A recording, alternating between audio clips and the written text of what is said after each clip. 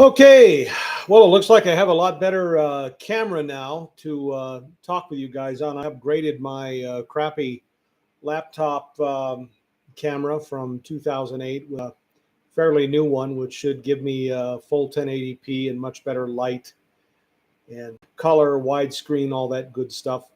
This is Steve with a Father's Devotions, and maybe I'll just start doing more live videos, even though at this stage no one is really listening, because after I finish them, they save to a Father's Devotions anyway. And maybe it gives you a face, my glorious naked face with the commentary and all that good stuff. Um, but the title of my devotion today, or rant, I suppose this is more just a rant for my daughters, Audrey and Katie. Um, it's the time of Jeremiah. And I've done a devotion on Jeremiah before, way back. But I'd like to kind of tie perhaps Jeremiah's message in to the best of my feeble ability with what I consider to be what's going on in the United States and maybe the world, but mostly the United States today. And here's what I mean by that. Jeremiah, just really quick, was, I think, a pretty interesting prophet. I think in some ways he was like Isaiah, who lived about 250 years before Jeremiah, or, ministered about 250 years before Jeremiah did. Isaiah was the prophet of the northern kingdom of Israel, and Jeremiah was the prophet of the southern kingdom of Israel. And I think what unites both of these men, even though they never knew each other, is that they were more or less prophets who saw beyond the boundaries of the countries that they were sent to be prophets in. They could see things that were going on externally and then relate those things to Israel as a whole. And you will recall that Israel, after the time of Solomon, shortly after his son took power, the kingdom divided. And so you had effectively two kingdoms, the northern kingdom and the southern kingdom. And the northern kingdom went into captivity, that is, they lost sovereignty, and then went into captivity in the 700s. That's 700 BC, 700, 80, 50 BC, somewhere in there. And the southern kingdom of Judah, which would really be the last holdout of what used to be Israel, stumbled on for about another 200 years after the northern kingdom fell. And then it too finally fell captive, but not to the Assyrians, as the northern kingdom had, but to really a far more powerful kingdom. This was the kingdom of Babylon, or the Babylonian Empire. And at that time, the Babylonian Empire was more or less run by a king by the name of Nebuchadnezzar. And what's so interesting about Jeremiah is that he more or less would be one of the last prophets of Judah while they were still a sovereign country. And I'm going to keep going back to the word sovereignty, right up until the time that they were laid siege to by the Babylonians and then entered into captivity. And their towns and cities, Jerusalem, all of that, were burned more or less to the ground. The temple was leveled. People were killed. Families were scattered. Officials were scattered. It was a horrific time. And the reason why I talk about this today is because I think that there are some similarities in the time that we're living in now in this country, in the United States, as opposed to the time when Jeremiah lives. I do think there are similarities. I'm not saying that America is Israel or anything like that, but I think that whether people want to admit it or not, whether they're aware of it or not, I think we are in the time right now, August of 2024. That's very similar to the time that Jeremiah lived in that, like Judah, right, the last sovereign holdout of what used to be, the United Kingdom of Israel. America, I think, is in the same predicament. I think that in the very near future, perhaps sometime this year, but maybe next year sometime, we're likely going to be in the fight for our life as a sovereign country. And I know for many people who are listening to this, particularly in the evangelical churches, and I suppose that's really to whom this message is for. I find myself just speaking about that more and more to the evangelical churches, the Methobaptirian, Costal, Lutheranic mix, and people in the Roman Catholic Church. I just feel compelled to tell you, even though I'm not a prophet or a watchman or any of that stuff, these are probably just my own opinions, but still, I feel compelled to tell people, particularly in the churches, the evangelical communities, the church communities, to get ready for what's coming, to get ready for what's coming to the United States. I think, we have been top dog in the world really prior to World War II. And we've been the number one economic power, and I said this in a previous message, really since the 1870s, since, the administration of Grant, shortly after the Civil War. The United States gained economic supremacy over England. And because of that, we have been able to afford, in a general sense, one of the strongest militaries the world has ever known, and certainly the largest economy. And up until maybe 30 years ago,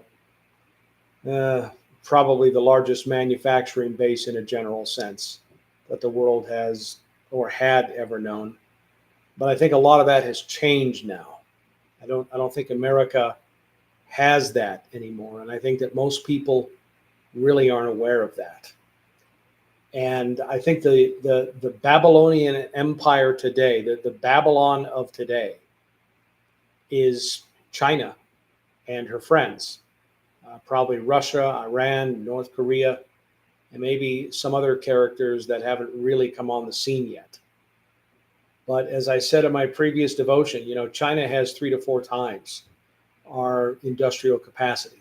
Just one of their shipyards, get this, has equal to or greater output than all of our shipyards combined, and they have something like 12 or 13 of them. They produce over 80%, not food items, but 80% of practically everything we consume. Stuff that you get on Amazon and Walmart, Target, Best Buy, you name it. And the vast majority of this stuff is made in China. They produce the vast majority of our antibiotics, vast majority of the lower level integrated circuitry. Those things are made in China.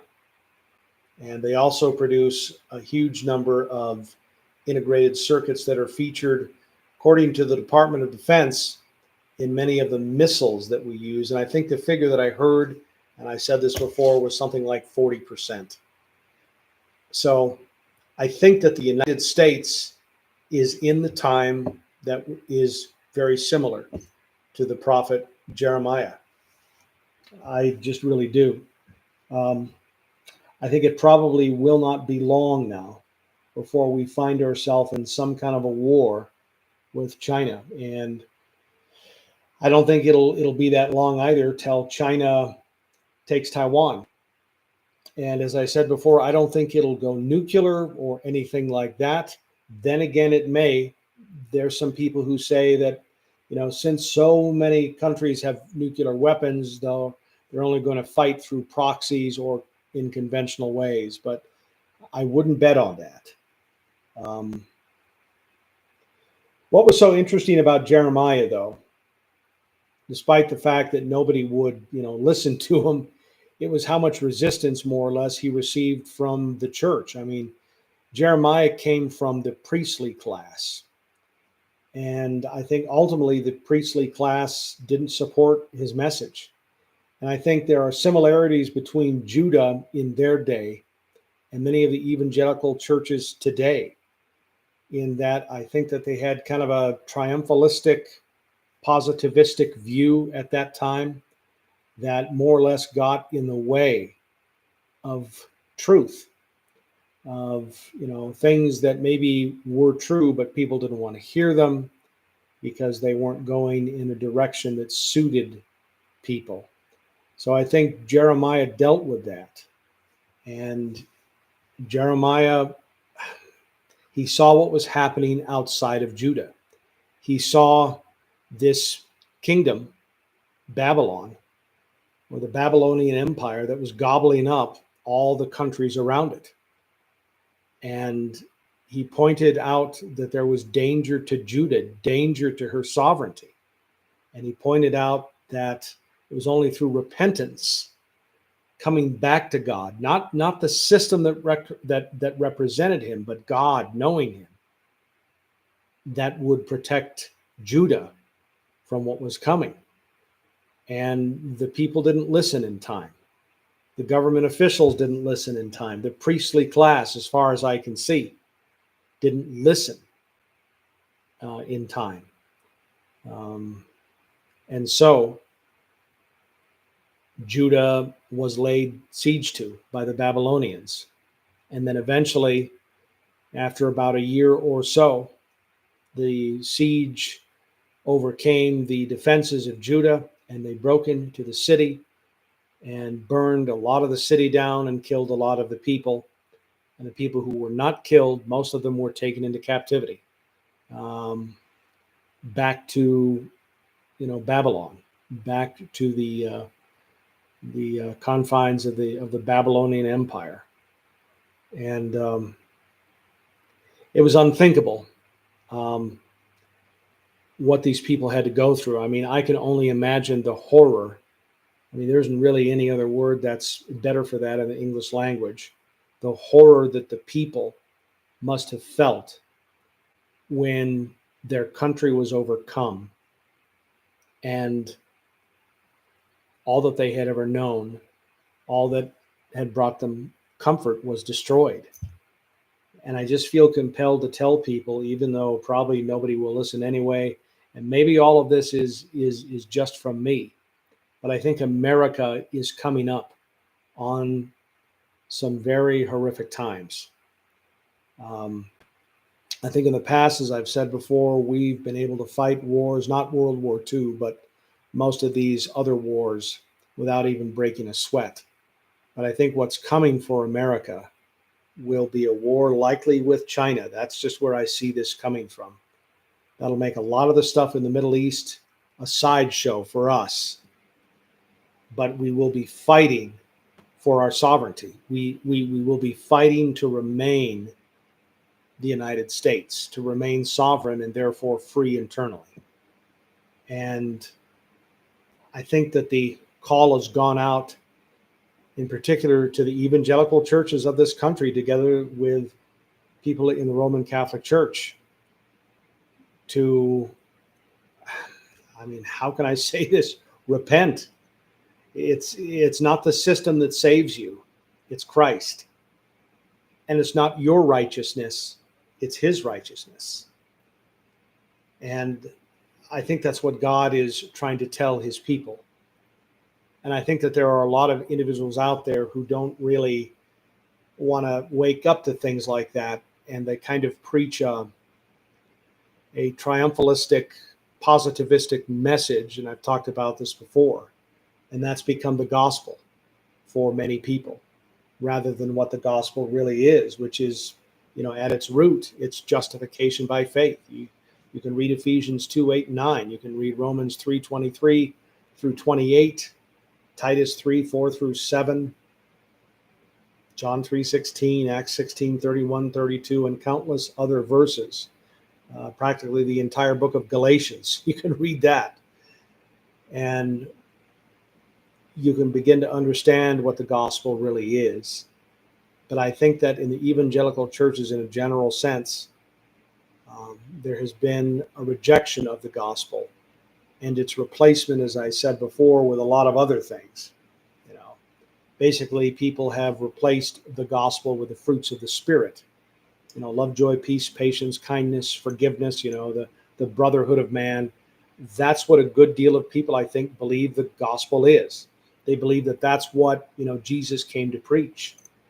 And I challenge you, if that's all he came to preach were things like that, then his ministry was a failure. Because as I've said previously, those are things that man can do. But Jesus didn't come to the earth to do a man's job. He came to earth to do God's job. Not a God's job, but God's job. And that was the process of upholding his law and all the other requirements on our behalf, so that we wouldn't have to uphold those things, because we can't in our fallen state, which is with us from the womb to the tomb. And God, out of his mercy, knew all of that and acted decisively in our favor. And all you have to do to be saved is to accept the reality of the accomplished works of Christ on the cross. And we know that historically and really through the book of Ephesians, or Ephesians 2, 8, and 9, as justification by faith. But I think too many people have substituted other things for the gospel, when at the core, the gospel is, again, justification by faith. And I think just as the churches in Jeremiah's time didn't alert the people to what was really coming, I feel it's the same thing for the churches, many of them, not all of them, obviously. But I think a fair chunk of the evangelical community in the United States, together with a fair chunk of the Roman Catholic Church, that's not waking the people up to what I believe will be horrific changes in the very near future for the United States. And I know we're not Israel, but I think that the time that we're going through now will be the time of Jeremiah. And I think because human nature remains the same, unfortunately, down throughout the millennia, right? We don't deal with it really any differently today, even in the midst of all of our technology, than we did, 2,500 years ago, during the time of Jeremiah. But I think it's important. I feel compelled to tell people to get ready for what's coming, because it's going to rip away a lot of the stuff that we think is God, but really isn't. It's going to rip away a lot of the fiefdom building on the part of pastors and elders and deacons, and a lot of the works-based stuff that we've allowed to come up into our churches, and that we've, out of our ignorance and just badness, that we've canonized more or less and made into the gospel when it really isn't. Things that we have substituted for Christ, that are, as Christ said, just mere rules taught by men. I think the message is that we search ourselves, that we search if we really are in the Lord, if we really are depending on Christ and his works, or if we're just depending on ourselves and our achievements. Because, as I've said before, I think in what's coming to the United States of America, if we don't have a good grounding in Christ, which is, again, I know this sounds strange, but in justification by faith, we're not going to be able to stand in what's coming. I think many of us are probably not going to die in our homes. I think many of us in what's coming will likely be scattered from our families and from our churches. And we're going to have Christ. It's going to have to be Christ who saves us, not only in terms of salvation, but in a practical way, as I've said, where he just comes in out of his power and his authority, no thanks to us, and literally saves us from harm and provides for us. I think that's what's coming to the United States of America. And, maybe I'm wrong, but I don't think it had to be that way. I think it's like Jeremiah's time.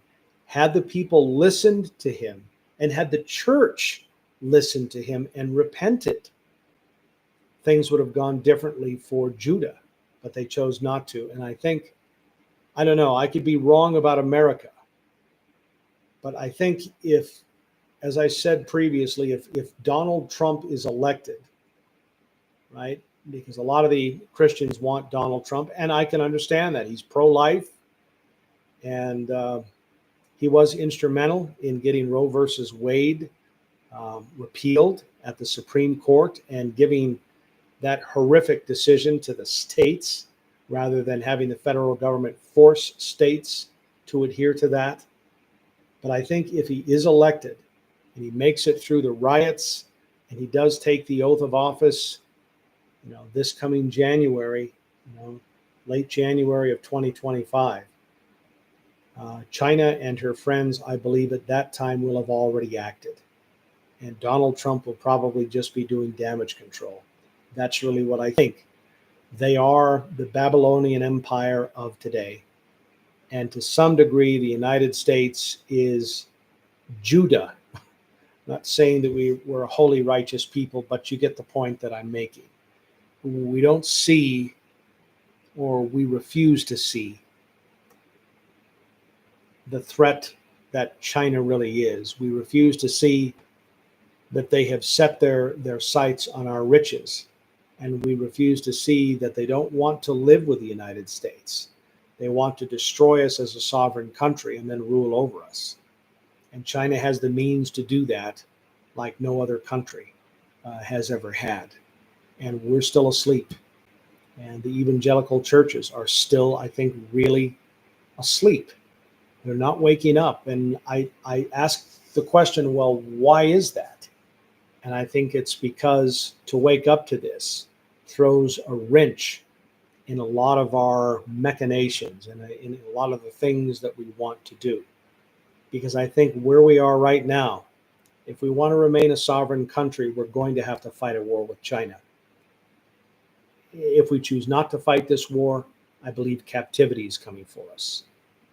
And if we do choose to fight this war, as I said the other day, we might lose it. China has 3 to 4 times our industrial capacity.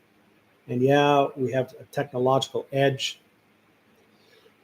But if you can produce 500 ships to, 50 technologically advanced ships, you're probably still going to destroy the more advanced ships. And we've had commanders in the Pacific who've been saying for the last few years that it won't matter how good our technology or our commanders are because we will be overwhelmed in that theater. And while we expend ordnance in Ukraine and in Israel, which are both important areas, don't get me wrong, because we have made no real progress in reindustrializing our defense manufacturing in the United States, we can't manufacture any of this ordnance in a timely manner. They say that we are probably 15 to 20 years away at current manufacturing capacity to replace all the ordnance that we have expended in Ukraine alone. I mean, this is an unbelievable thing, folks. The factories that build this stuff are simply too few and too small, and they're not going to be activated overnight or anything like that. And I don't think that we're going to have enough time to build new factories to where they make any difference in what's coming. And I don't think we're going to have enough time to institute a draft to make any difference in what's coming. I think these are kind of the same predicaments that Israel was in, or Judah, was in during the time of Jeremiah. They had time to bulk up. They had time to build strongholds and things like that, but they chose not to do that. And they chose not to do that because they chose not really to listen to the Lord, and I think that that's what we have now. The Bible talks about us having the very mind of Christ. But if we reject the gospel and instead workerize it, and re-regulate it and re-lawify it and all of that, and that becomes the gospel for us. I challenge everybody, how can we truly have the mind of Christ? And I think that's what's happened in a general sense. I'm not saying there aren't exceptions, but I think that's what's happened in a general sense to the evangelical churches of this country, including certain elements of the Roman Catholic Church. I think if we want to take America back, and this is my unconventional thinking, and I know it's probably not accepted, and I know I'm saying it for the third or fourth time here, but we're going to have to get back to the core of the gospel, which is justification by faith.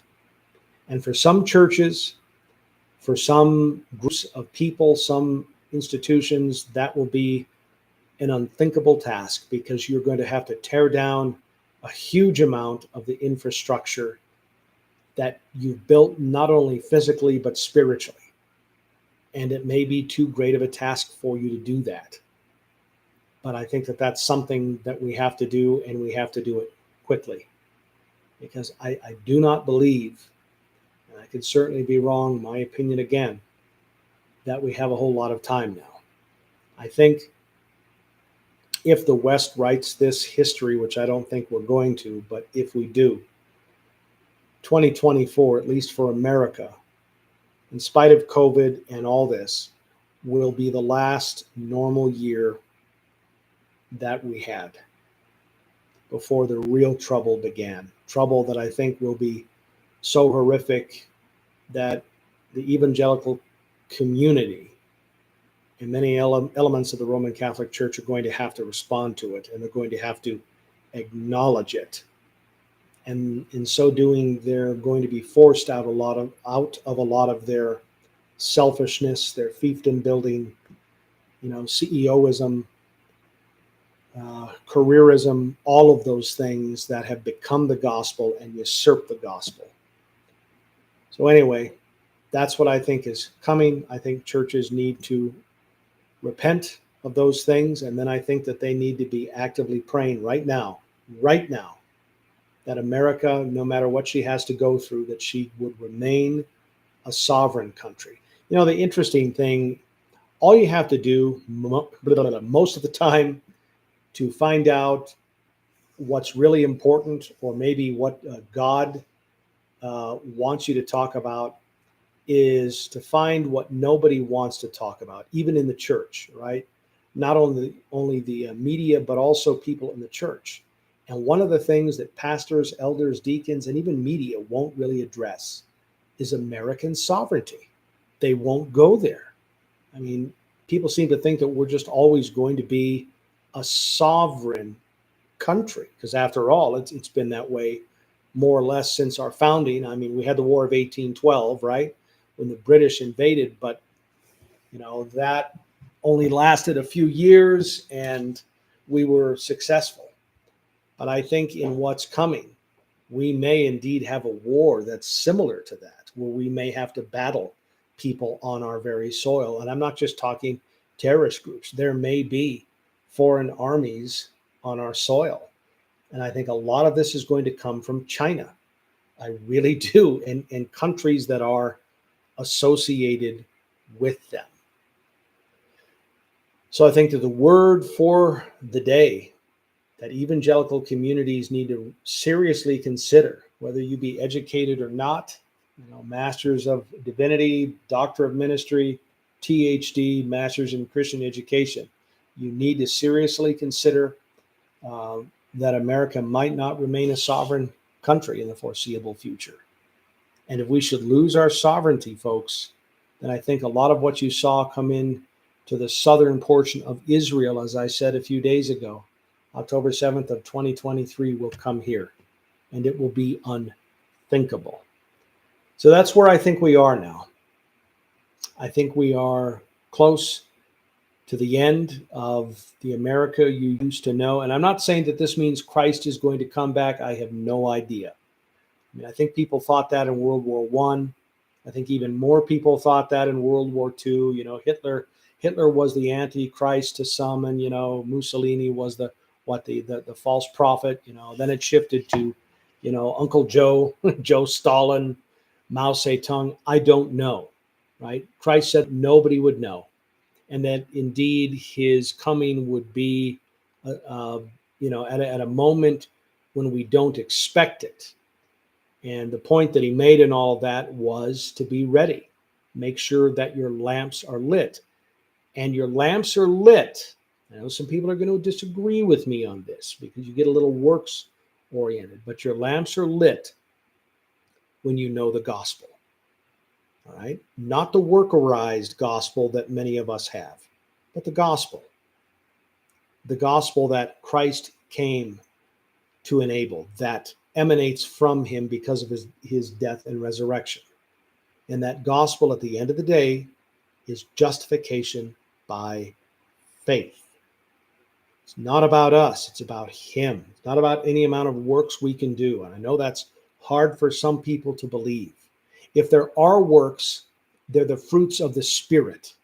People who know Christ begin, even though it's not perfect, I understand that, but they begin to produce a certain amount of, love, joy, peace, patience, kindness, long suffering. They begin to bear one another's burdens. Those are the works, if you can call it that, of salvation, right? What is it? James 2:26, and really, 3 or 4 verses before that. So it's really James 2:22 to 26, where it talks about faith without works. Don't be deceived, right? But the works are the fruits of the Spirit. It's not necessarily that you run a big business or a big ministry or any of that. The works of salvation are the fruits of the Spirit, and we're not going to manifest those perfectly in this life. But I'm getting off on a tangent here. I have a tendency of doing this. I just got home from work, so I'm actually kind of tired. It's probably better if I do these things in the morning, as I'll be more motivated and things like that to give you a little better of a message. But just be alert. Be alert for the United States of America. And if you want to prepare for what's coming, for what's truly coming, know Christ. More important than food and antibiotics. I mean, I think those things might help us in the initial transition stage or transitional stage, if you know what I mean, to a new order in this country. But they're not going to suffice, I don't believe, for what's truly coming, which may in fact be captivity. Sovereignty and captivity. That's what the believers just won't talk about in regards to the United States, will they? Fox News, CNN, they don't talk about these things. They just won't go there. But I'll go there because I think that's likely where we're going to go. And I think we're likely, whether we want to believe it or not, in the time of Jeremiah or in a time that is similar. If you have extra time, I keep repeating myself, study the book of Jeremiah. There's a good movie on, what is it, on Amazon, while we still have the internet. So I think a lot of this YouTube nonsense, Facebook, it'll be irrelevant in the not too distant future anyway. But we can use it right now for what it's worth before it gets shut down. But there's a good movie that TNT produced on Jeremiah, which is fairly accurate to the text. Jeremiah is a fairly long book. He's one of the major prophets, not because he necessarily had more to say, but it was a longer book. But study that prophet. And I think that you'll find, if you're open to it, that the time we're in now, circa 2024, August, I think is very similar. And just as in the time of Jeremiah, the church today is more or less, in a general sense, asleep. They're not awake to what's coming. Anyway, that's all I have to say. Probably there are other things that I should have said. I don't know. But this is Steve for Father's Devotions. Audrey and Katie, if you're listening, God bless you both. If you choose to disagree with me, that's fine as well. If there's something that you two ladies can get out of this, that the Lord has brought to your heart, maybe it's not even anything I'm talking about, but there's, a side thing that I alluded to that reaches you, then that's a good thing. All right. As for the other people who might listen, um, you know, it's up to you. I mean, we are free beings. We have free will like our Father in heaven does. That's part of what being in the image of God is. So we make choices that can hurt us or choices that can bless us. Anyway, getting off the tangent. God bless you, folks.